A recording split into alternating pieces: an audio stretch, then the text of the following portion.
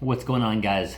I have another quick episode for you today. This one is from The Roommates, and the title is Kevin Samuels Teaches Men How to Level Up. I know it's going to be good, so let's hop into it. Let's say there's a 25-year-old man. Let's make him 30. Okay. 30-year-old guy. He's staying at home. He working at a fast food joint, making 22,000 a year. Okay. Not a lot of confidence, not a lot of skill sets, but he wants to be a leader. He wants to have a happy relationship, and he wants to leave a legacy. What is your advice to a man in that position? Stop digging. You already did stop digging. First thing, I'm big on therapy, but if you're in a position where you don't have a lot of money right now, every company you work for has an employee assistance line. You need somebody to talk to. We're not in a church like we used to be. Find some. That's a really good point. Like finding someone to talk to in general, at least to just listen, right? And then maybe someone who can provide some feedback to help you. Specifically, someone who's in a position that you want to be in, right? Like has the kind of marriage or relationship that you want. You know, they're doing the kind of things that make them passionate, like how they're providing value to others for their career, their business, things like that. And the therapy thing is huge because a lot of guys aren't willing to say that. One caveat to therapy, right? Because part of it could be like you'll get the benefit of verbalizing and someone listening. So they're just a sounding board, just like you might get that with a friend or a family member, like you said in the beginning.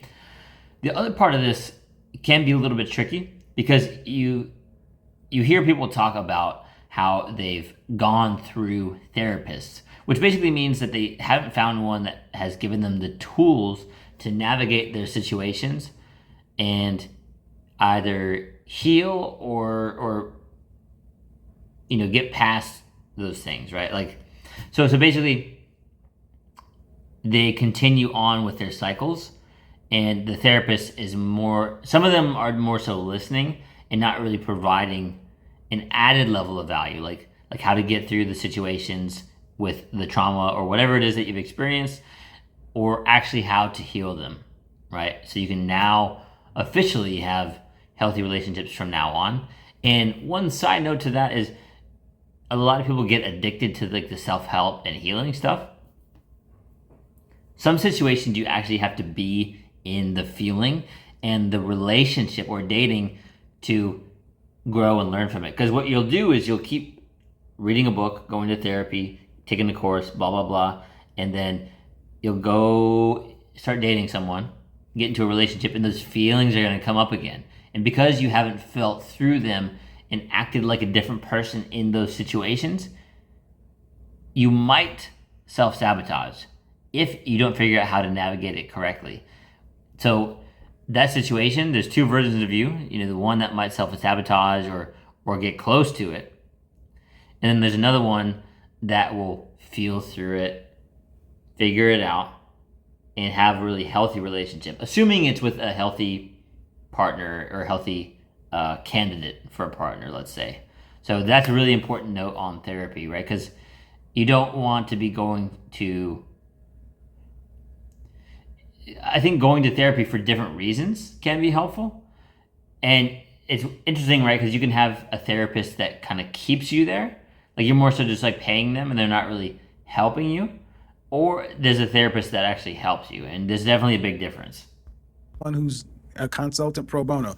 The second thing, because it has to start with the head. We can't get the head right, we get nothing. Second, he's working full-time at a fast food place? Good, I need you to have another part-time job. Because you're making $14 an hour at McDonald's, you can go over to On Q or Circle K or a convenience store and make another $14 an hour. $14 an hour one place is $28,000 one year. Then another 14, that's $42,000. Then you can actually be in a position to move out of your... That's a good point too, because if you keep doing just the one $14 an hour job, let's just say for the sake of the example, you're going to stay stuck, right? So if you do two, then you're going to start providing yourself a little bit more leverage. And in that circumstance, you don't have to do it forever, right? So just keep that in mind too, right? Like, so working hard, putting your head down for a little bit, and then eventually you can be like, you can let go of one of the jobs. And really what he's probably going to say is like, start leveraging that to better opportunities for yourself. So just remember, like, if you're in that situation, to kind of put your head down, because it's not going to be forever, and you want to start looking for ways to climb up the ladder from there. mama's house, move into an all furnished apartment, get you a little sugar shaker or a bike, and get out there and start doing something. See, men, we have to work. I cannot hear that I'm broke, and then you're only working 40 hours a week. That does not compute with me. You got to work. You got to work and you're getting paid for the hours. Here's the thing that tends to start correct themselves.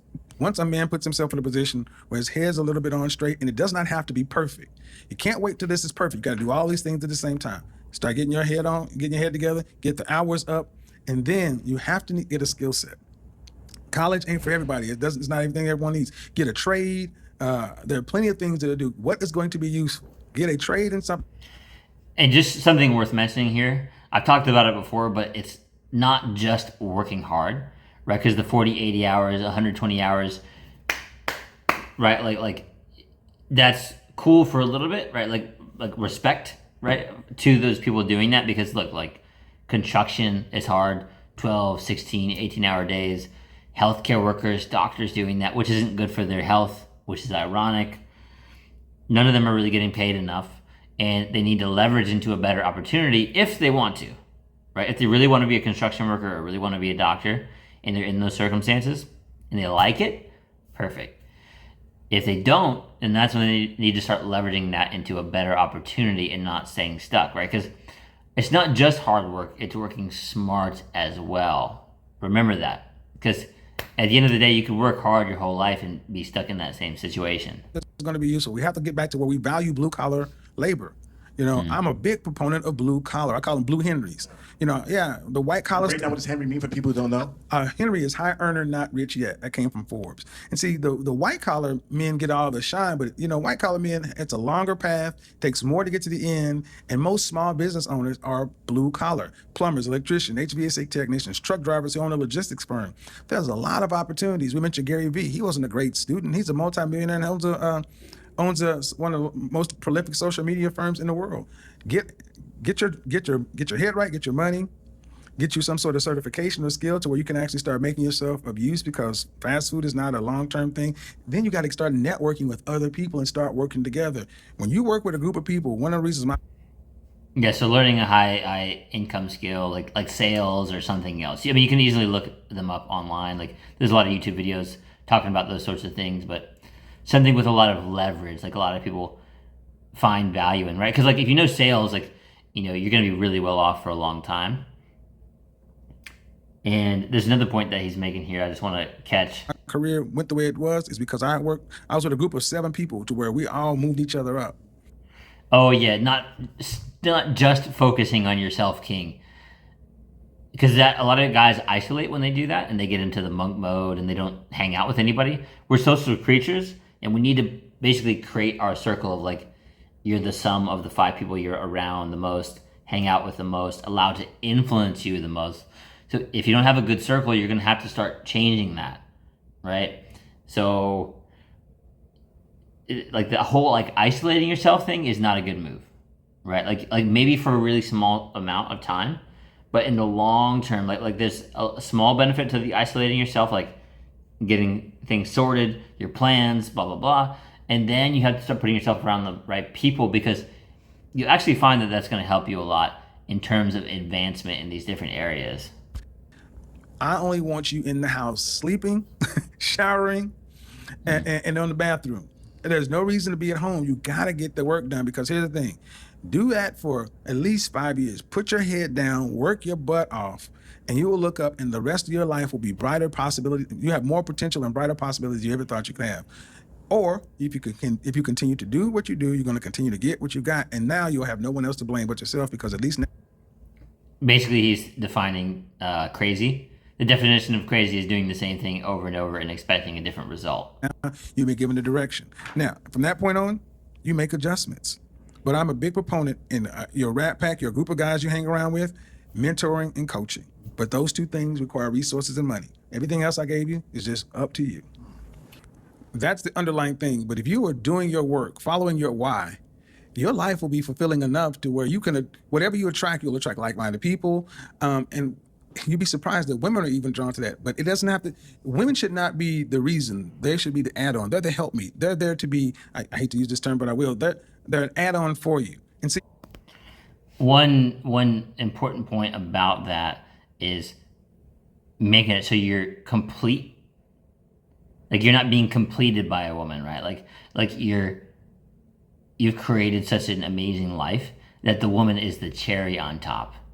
And she can maybe be some rocket fuel for you, right? Because a lot of guys, you'll see the example of a girl who was an anchor, right? Like sort of like a detriment to them in their life. Like they stayed stagnant or they decreased in their abilities, their productivity, all these different things. Like they weren't doing as well, right? And then there's the woman that skyrockets. She's like the nitro fuel for you to do amazing, right? So there's a key difference between that, and you got to remember that. When you grow up without a father or that kind of thing, you know, we're trying to please mom so much. So guys get lost in that. So they take their eye off their purpose and they start trying to do this. And that's too much pressure to be over there. See. And so what I was going to say earlier is you're not going to find your purpose. Like you might have it already, which is great. And you're not going to find your purpose by like focusing too much on it. You want to basically experiment with different things and find what works for you, because eventually you're going to find what resonates with you the most and the way you're able to help people the most, the way you feel the most fulfilled. And that is probably part of the path that you need to be taking, right? Providing value to others in that way. So your purpose is effectively going to come to you after you've been doing this for a while, right? Like instead of doing the old way, like staying at a company for, XYZ years, like actually putting in the effort to try different things, actually live your life and find out what's for you, right? What works for you and how you're able to most easily help others, basically. More men need to be around other men. If we have to build an organization, we are going to rank ourselves. Someone has to be the CEO, CFO, CIO, the regional manager, this, that, and the workers. Men. And you need more of that masculine energy around anyways. Like, cause if you get trying to please mom, trying to please women too much of the people pleasing energy, it's too much of like the feminine, and the guy needs that masculine balance as well. Like it's, the saying is iron sharpens iron, right? So you get more of that and you're going to know how to become more of a masculine leader that your future partner is really going to respect. We have learned how to work together by ranking ourselves, and there's no problem in ranking. You can have even like on YouTube, it goes in cycles. You may be hot, but how can you be helpful or useful to somebody else? And men have to realize that you gain more gratification out of life by working with others, working with other men, and that's really what attracts women. Awesome, guys. Well, hopefully that helped you. He definitely made a lot of good points there, and just as a good reminder to keep focusing on these little areas, like cultivating your circle, getting the right mentors, making sure to push yourself a little bit harder, right?